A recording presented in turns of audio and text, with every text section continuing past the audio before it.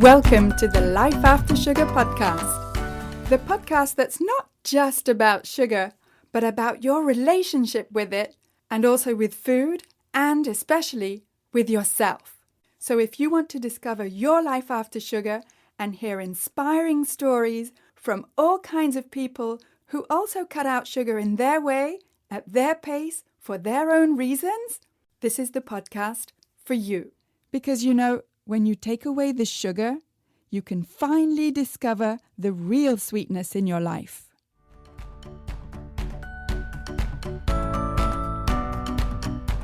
I'm your host, Netta Gorman, and in this week's episode, I'd like to talk to you about fermented or cultured foods and drinks.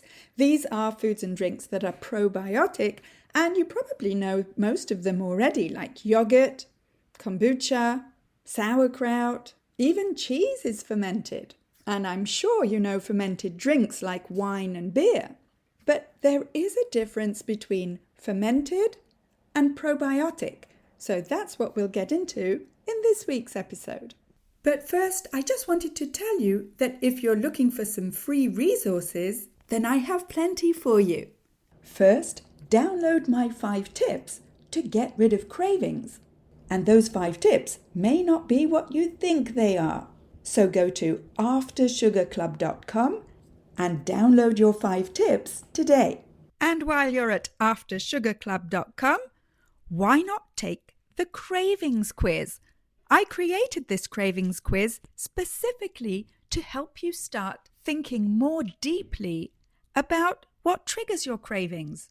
And when you do this quiz, you'll get your personalized score as well as my practical tips to help you take your first step to get rid of cravings. Those free resources are at aftersugarclub.com. And also, come check out the Life After Sugar Facebook page and subscribe to the Life After Sugar YouTube channel, as well as my Instagram account at MyLifeAfterSugar, which is where you'll get all kinds of inspiration, so that you can see that it's perfectly possible to live a happy and active life, even if you don't eat sugar. You can also check out my TikTok account at Netta_lifeaftersugar. All right, now let's get to one of my favorite subjects, which is fermented foods and drinks. And most podcasts that talk about the subject of sugar or food don't include information about fermented foods and drinks, so I will. I have to say that I knew absolutely nothing about fermented foods and drinks before 2015, which is when I started to cut sugar from my diet. Although I say nothing, but my brother was into fermenting foods like cabbage into sauerkraut, and I just dismissed that as being completely crazy. I mean, leaving food to ferment on the countertop? It sounded not just disgusting to me, but dangerous. But even though I turned my nose up at what my brother was doing, when I started to get digestive issues, that's when I dug a little deeper and did some reading. So, what foods are fermented? Well, there's many types of fermented foods, including dairy products such as yogurt, cheese, kefir and lassi, vegetables such as cabbage that can be made into sauerkraut or kimchi, cucumbers that become pickles or gherkins, and olives. Kombucha is a fermented beverage that's made with yeast and bacteria that ferment sweetened tea. There's also sourdough bread, which rises thanks to natural fermentation. No need for yeast.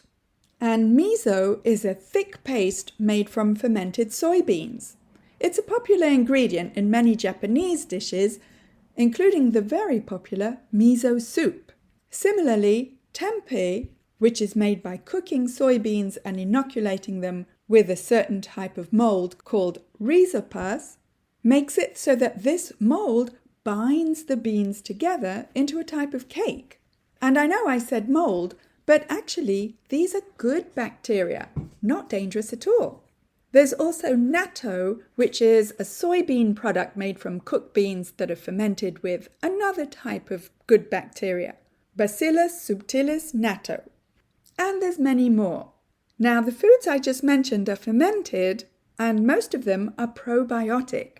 But not every fermented food is probiotic. For example, wine and beer are fermented drinks, but they're not probiotic. And actually, sourdough bread, even though it does ferment naturally after it's baked in the oven, because the temperature of the baking, the heat, kills the probiotic bacteria. Now, why are fermented foods good for you? Well, apart from actually increasing food safety and acting like a preservative, fermented foods have a number of benefits. First of all, they account for the synthesis of vitamins K and certain B vitamins. They can help with food digestion.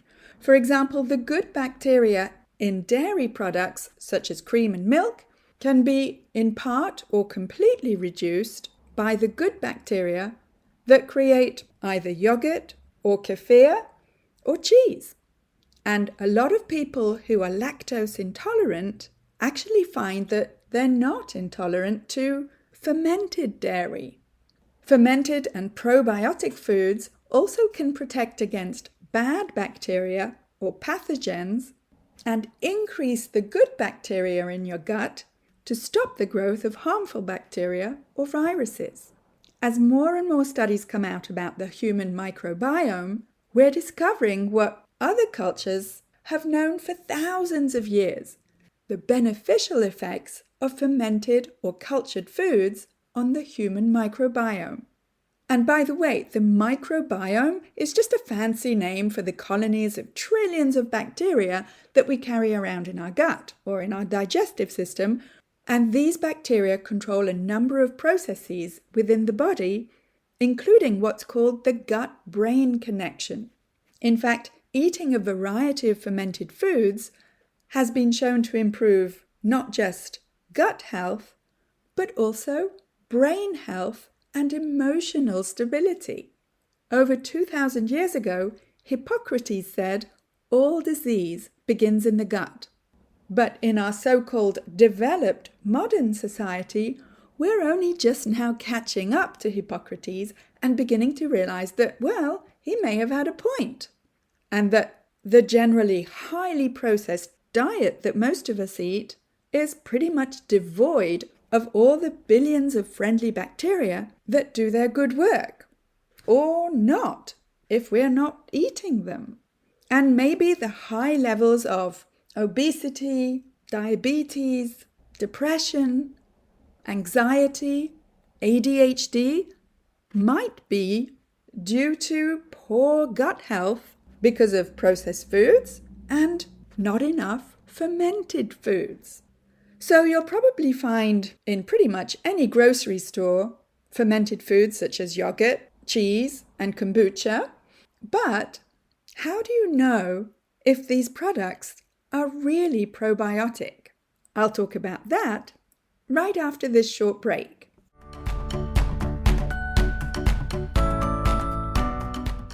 I want to take a quick break to say that if this is your first time here, then welcome and thank you for listening to this podcast. And whether you're new or a regular and you haven't yet rated or reviewed this podcast, could I ask you to scroll down and tap on the stars to rate this podcast and also to write a short review to let me know how this podcast is helping you in your life after sugar. I love reading your reviews. And when you rate and review this podcast, not only does it encourage me to continue making new episodes, but it also helps to share this podcast and have more people see it so that we can help more people feel better and lose weight with less sugar. So again, thank you for rating and reviewing this podcast and for spreading the word about sugar.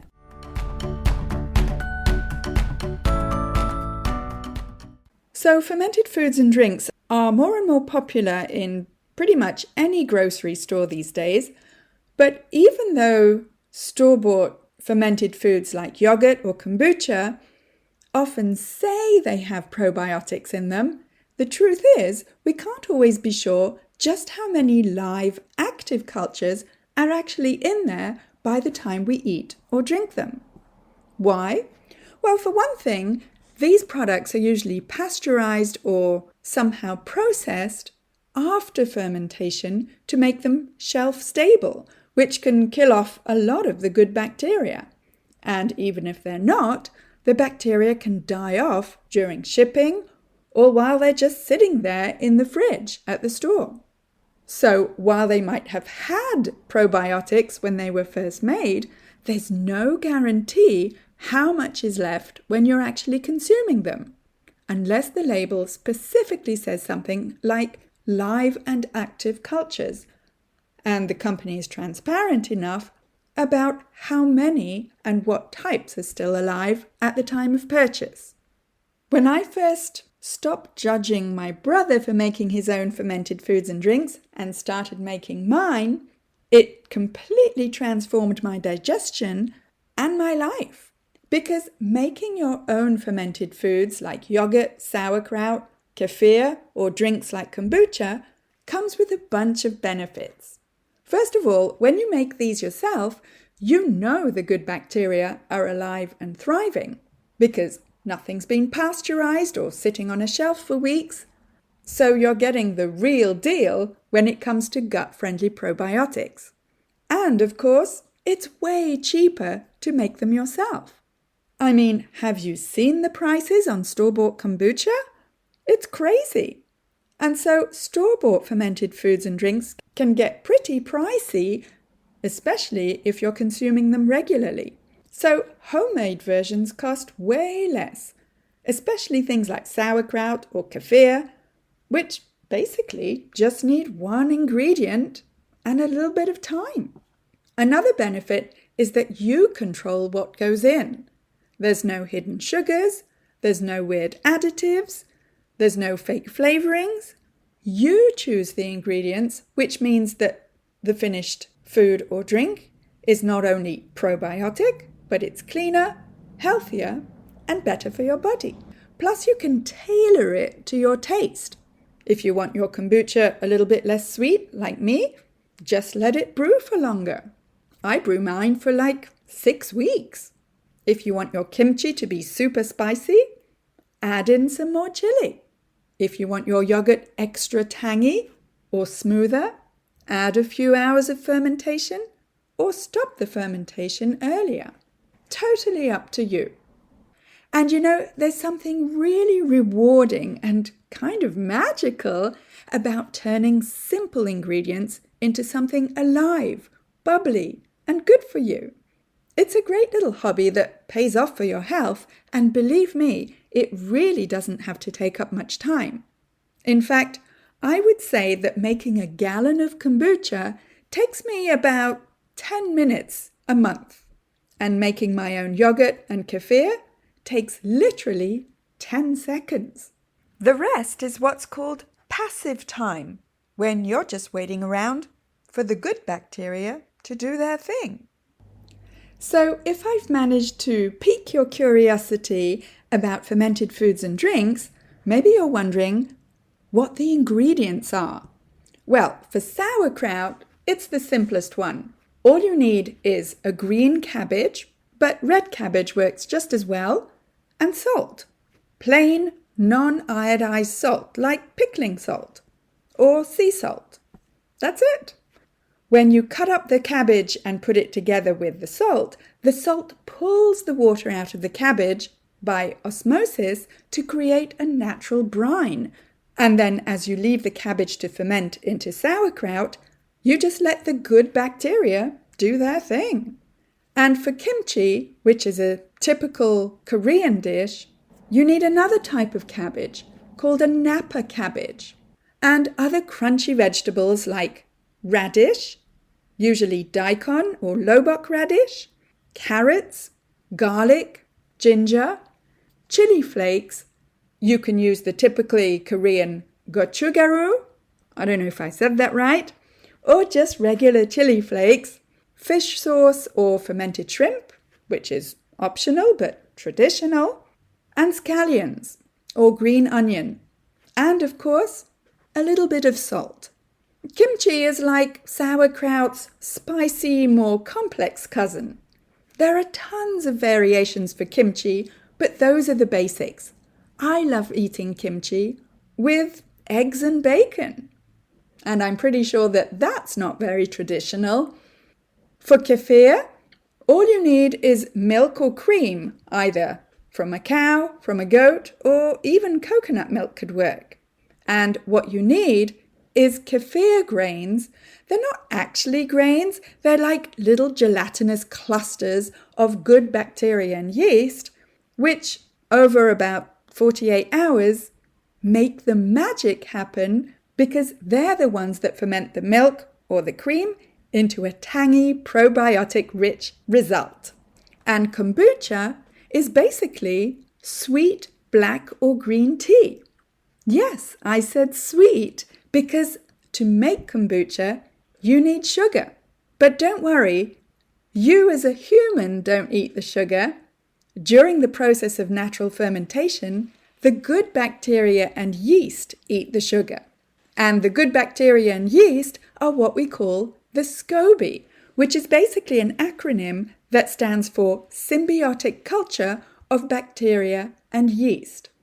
And it kind of looks like a disc that a lot of people think looks a bit extraterrestrial, but it's just what's created naturally by the good bacteria and yeast during the fermentation process of the sweet tea into kombucha.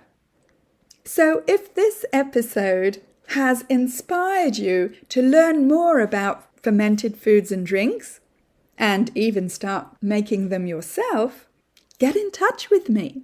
I can give you recipes, tips, and hacks, because I've been making them and consuming them for 10 years. And as you may be able to tell, I'm kind of passionate about them. And in the 5 steps of the Freedom from Cravings formula program that I created, step 5 is all about fermented foods and drinks, and not just their benefits for your digestion and your general health, but how they can reduce your cravings. It's true. Studies are showing now that taking care of your gut health, including consuming fermented foods and drinks, can definitely reduce cravings. Because when the billions, even trillions of microbes in your gut are working for you rather than against you to create good gut health, well, your gut health can significantly influence your cravings. And when your gut microbiome is imbalanced, it can help lead to more cravings. So more fermented probiotic foods and less sugar means less cravings. And this is exactly what I teach about inside of the Freedom from Cravings formula program. In the program, you'll get step-by-step guidance and customized support through the 5-step formula that I've developed to help you get control over cravings so that you can finally live your life with more energy and fit into your favorite clothes effortlessly and feel confident in your food choices so that you can ditch the shame and embarrassment that you feel every time your emotions make you slip or fall off the wagon, and so that you never feel like you're on some kind of a restrictive diet. If you're at the stage of your life where you're finally ready to look after yourself, let's chat. You can hop on a free clarity call with me at any time by going to aftersugarclub.com and clicking on Program at the top. You'll also find the link with the show notes together with this episode. So go to aftersugarclub.com. Speak soon. That's it for this week. Keep in touch and see you soon for another episode.